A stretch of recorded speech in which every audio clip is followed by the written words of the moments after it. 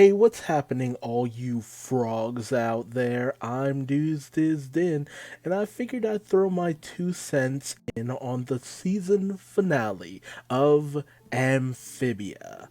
This is episode 20 titled Reunion, which brings this season to a dramatic finish. Like, my god, I really just had to talk about this because it blew my mind. Now, we pick up to 3 months earlier. That's how long Anne had actually been in Wortwood. So 3 months, where we pick up at St. James School, St. James Middle School, I guess I should say, where it's just a very typical school with characters from Earthbound in the background. But we see a young, spunky Anne, young by 3 months. And she's just riding her bike to school. We find that she got picked on because of the cultural differences that went on, that some kids just weren't willing to understand or what have you.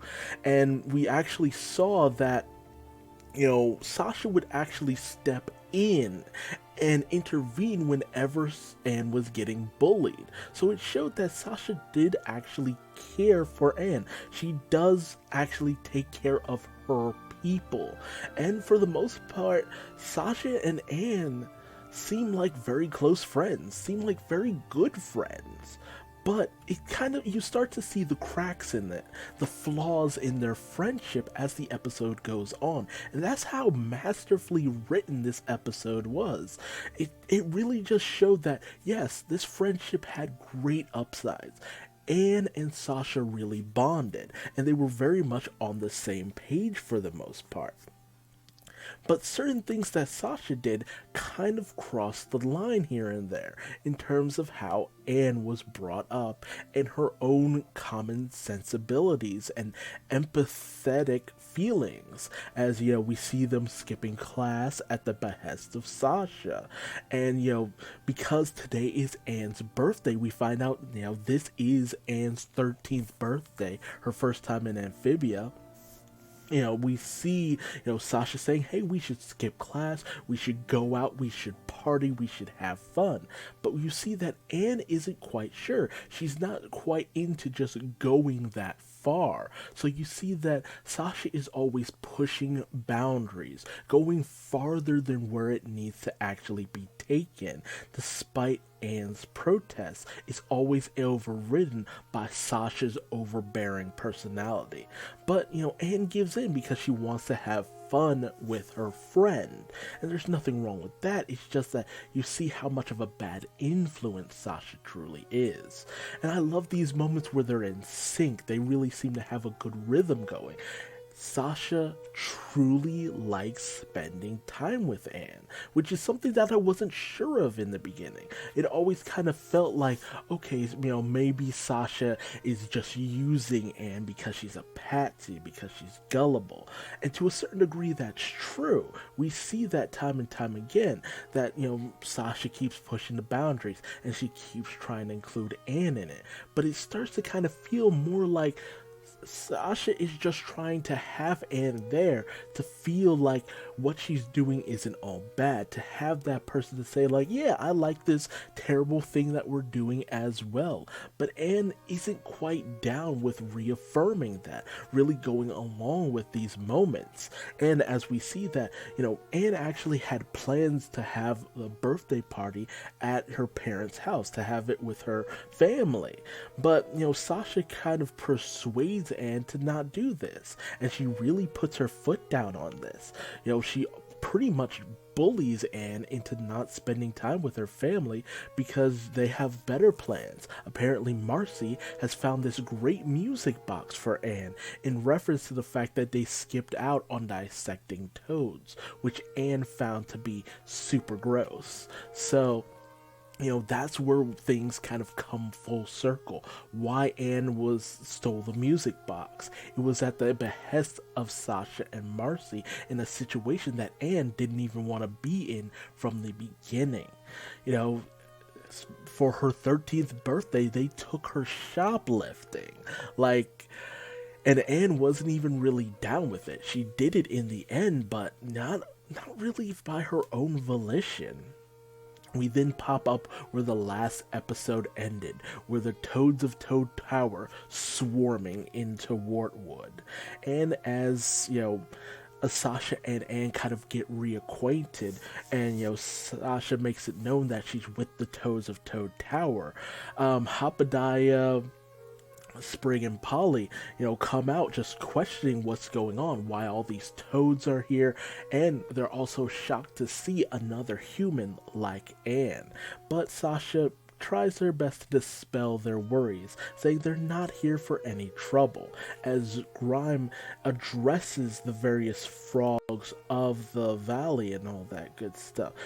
Just, greeting them as friends, and we come to find out that he's inviting them to a celebration in honor of Sasha finding Anne, which you immediately can tell is a deception. But I love the fact that we're bringing in the fact that Sasha has been such an influence on Grime himself. He's gotten a little bit more devious. He's gotten a little bit more ready to lie at a drop of a hat. He wears it so well that, honestly, it's not surprising that others can't tell. So everyone's ferried onto this party barge, as it were, and they're shipped all the way over to Toad Tower. And whereas the planters are put in the banquet hall, Sasha shows Anne her living accommodations, and whereas Anne was living in the basement of the planters, Sasha had this magnificent room all to herself with actual foods that weren't, just bug infested, actual legit human food. I also love the posters in the background. It's a wonderful touch, which really just shows it's all the accommodations of home that Sasha could ever hope for. But that really does show the difference. Sasha took what she wanted and did very devious things to get it, whereas Anne was completely fine with more humble abodes.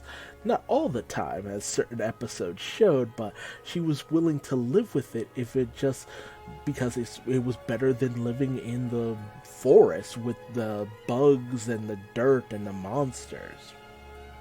We also see the people of Wartwood are living it up in the banquet hall, but Sprig is unconvinced, feeling that the guards are a little too twitchy. And when he goes to talk to one of the guards, the guard makes it clear that they're not allowed to leave the banquet hall. And seeing this, Sprig immediately alerts everyone, "We're being held here against our will, everyone panic." So while Anne and Sasha are sitting down catching up, Sasha let slip that this is actually in an effort to curb an insurrection. She explains that the Toads of Toad Tower normally keep watch over the various frogs within the valley. However, there's been a bit of an uprising, as it were, a little bit of a ruckus caused by none other than Hopadiah Planter. We come to find out that inadvertently, because of the little things that Hopadiah has done throughout the course of this season, it's actually been perceived by the other frogs within the valley as a call to revolution. That this is their time to rise up against the toads and actually start to govern themselves. And because of this, Hopadiah will be fed to this carnivorous plant as a way of showing the frogs within the valley that the toads are the only ones who should be in charge. And Sasha has agreed to this and has done all this in an effort to get her, Marcy, and Anne all home, with Sasha not very much caring about the frogs and toads because, well, this ain't their world. Naturally, Anne immediately freaks out and, does her best to, silently just go off, say, "Oh, I'm just going to the bathroom." But Sasha immediately realizes that Anne is freaking out. So while the toads are starting to riot within the banquet hall, in comes Anne dressed as Sasha, commanding all the toads to leave. And as she reveals herself to the people of Wartwood, She lets them know that this is all in an effort to kill Hoppediah and to take him out of the picture so that the toads will fall into line. I really do love the fact that even in today's society, even today in 2019, we're still getting these posters that were, brought to life by Barack Obama. Like, some things just transcend time. Then again, Amphibia has a lot of callbacks to like earlier years, especially with all the friggin' dabbing. Just a little too much dabbing for my taste.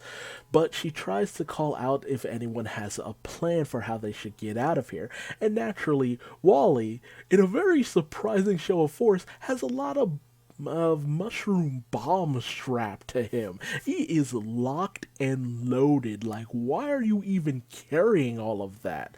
And while Anne dismisses it, Wally has other plans.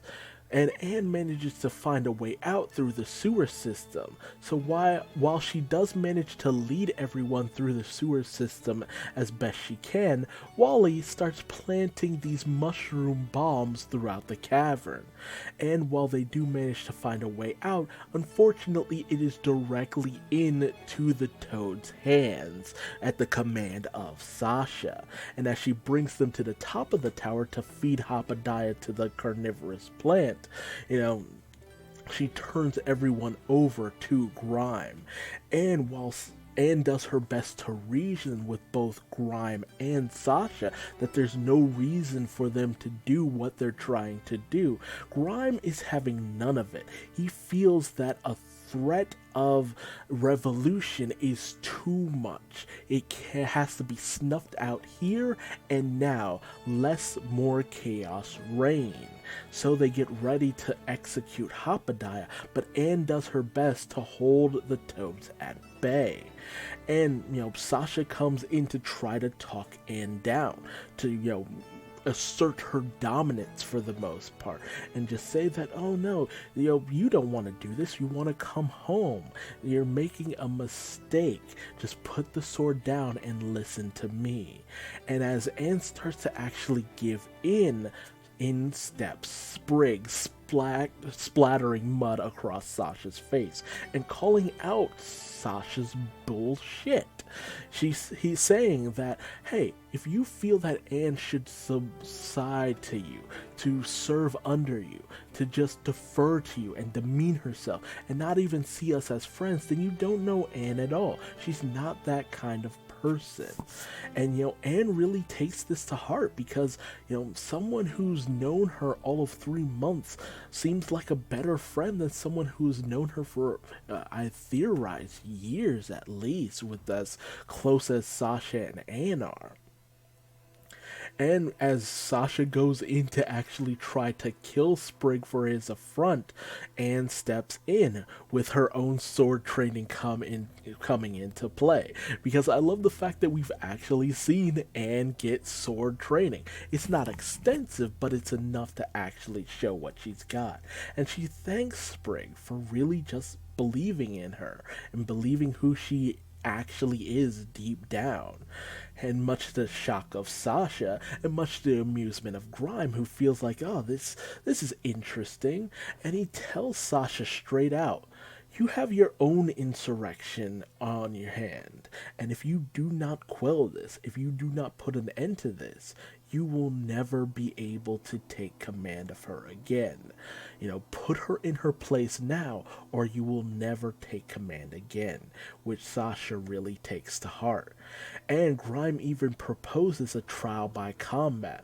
Anne and Sasha will face off, and the winner take all. Anne wins, the people of Wartwood go free, and Hoppediah lives. If Sasha wins, well, Hoppediah is executed.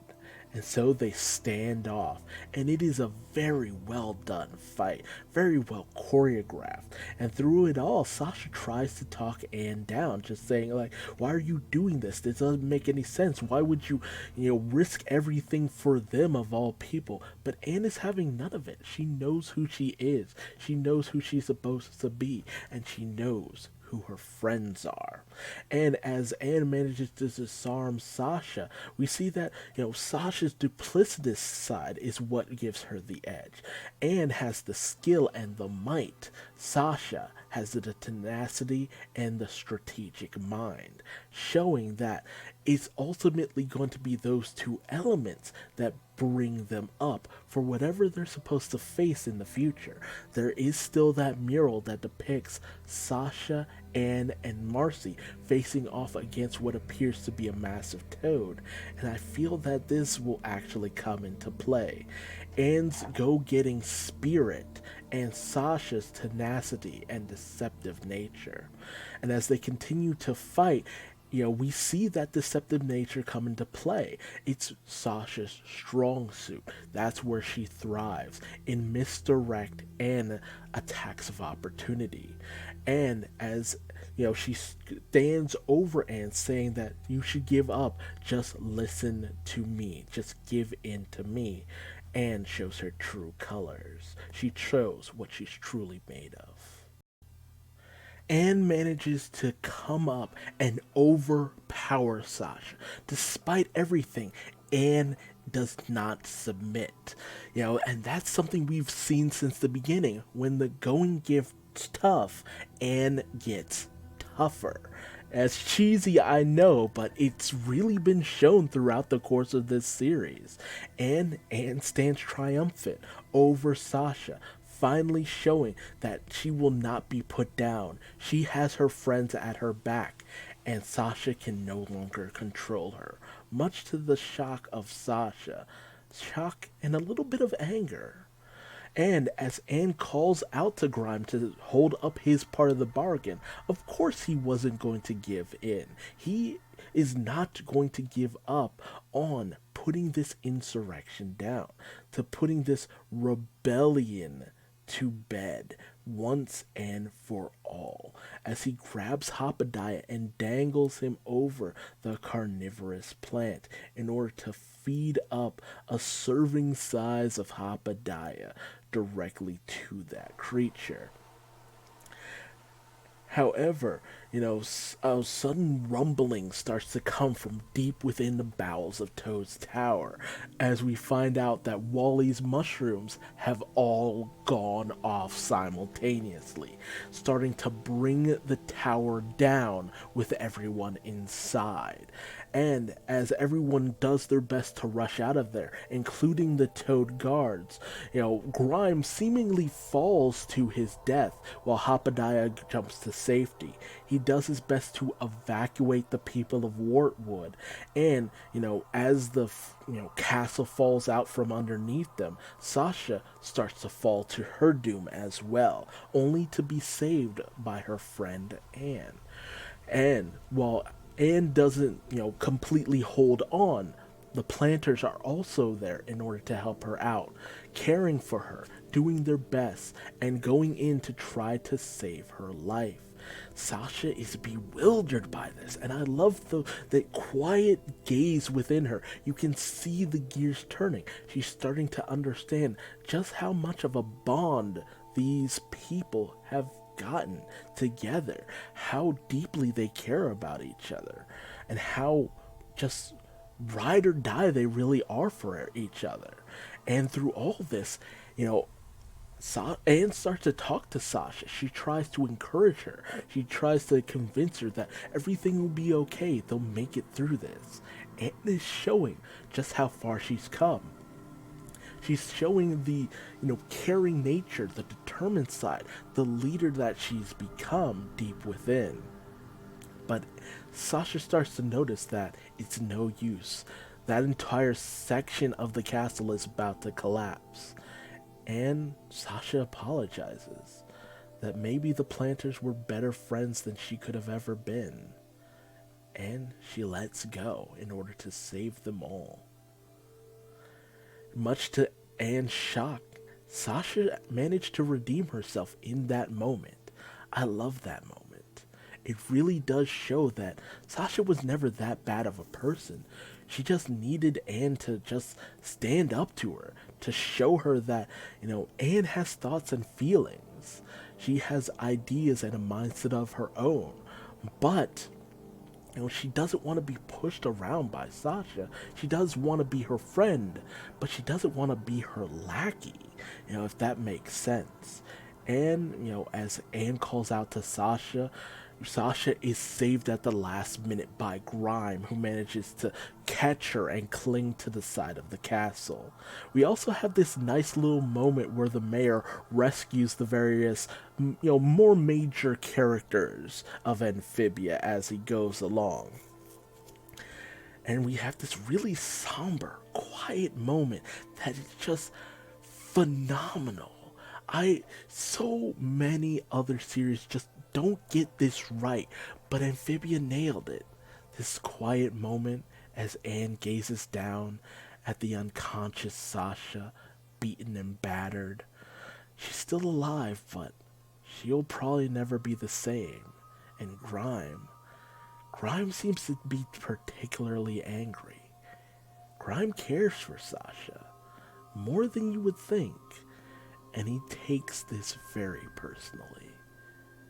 Anne has made a grave enemy today. It's phenomenal. And Anne, she breaks down because she almost lost her best friend. She had this emotional roller coaster where she found her courage, but over the course of things, she almost lost someone very near and dear to her. I'm not even surprised about this because she's 13. She's just 13. This would be a lot for anyone. And as everyone makes it back home to Wartwood, the planters promise to continue to help Anne search for a way home. And Anne takes solace in the fact that, if nothing else, they'll at least do it together. Thus ending part 1. Oof. This series, too much. It's too much. I am loving this series. Even the end credits for this season. This little moment here with, it's just so phenomenal, so well done. Thank you to the production staff, the directors, the writers, the animators, for concocting a series that had so much humor, but so much heart at the same time. This series was phenomenal.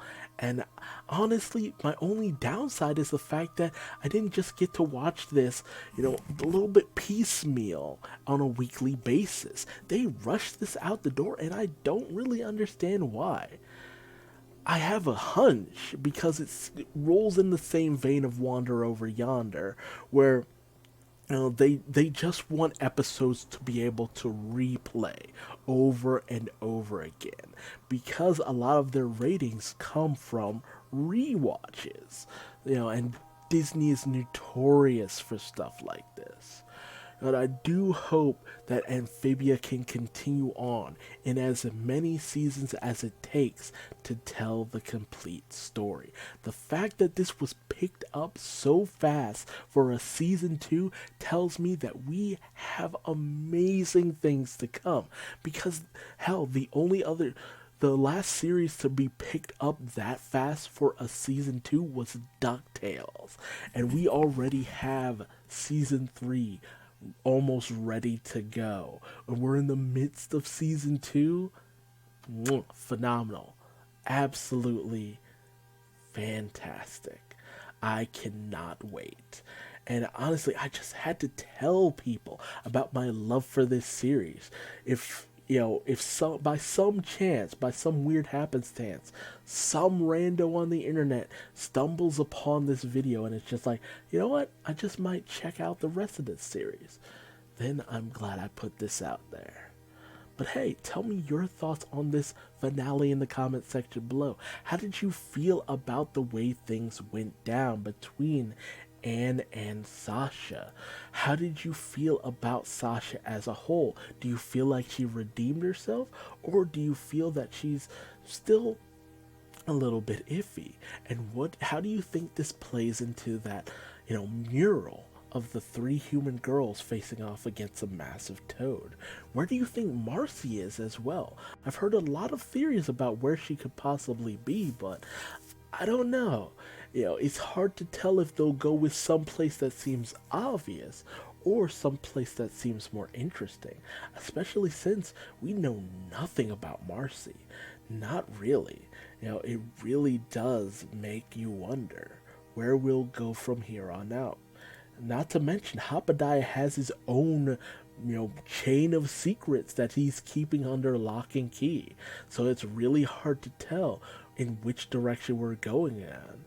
What does Hoppediah know that he's not sharing with everyone else? And not to mention that, why does he know it?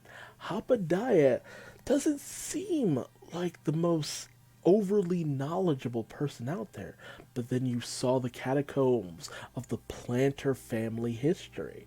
The Planter family is more than meets the eye, but we already knew that. We've been watching them for an entire season. Man, I'm ready for that next season, but Infinity Train will just have to tie me over. But again, tell me your thoughts and theories in the comment section below. If you liked this video, leave me a like. If you didn't, feel free to leave me a dislike and tell me what I did wrong in the comment section below so I might better myself for future videos. And not to mention, subscribe and hit the bell icon. That way you don't miss out on my reviews of the next season of Amphibia. Hopefully I'll be able to get them out in a more timely manner, and they won't push all these episodes out all at once, because man, that kind of threw me off for the most part, but it worked out for the best. And if you want to find me on social media, just Google Duuz-Diz-Din. I'm everywhere for better or for worse. And until the next video, just remember, if you need somebody to lean on, your friends will always be right there. I can't get over how that song just appeared in the middle of the whole fight, the whole collapsing of the tower. Oh man, I just had to mention that. That was good. Alright, until the next time, I'm Duuz-Diz-Din, and I think it's time for bed. Bye-bye.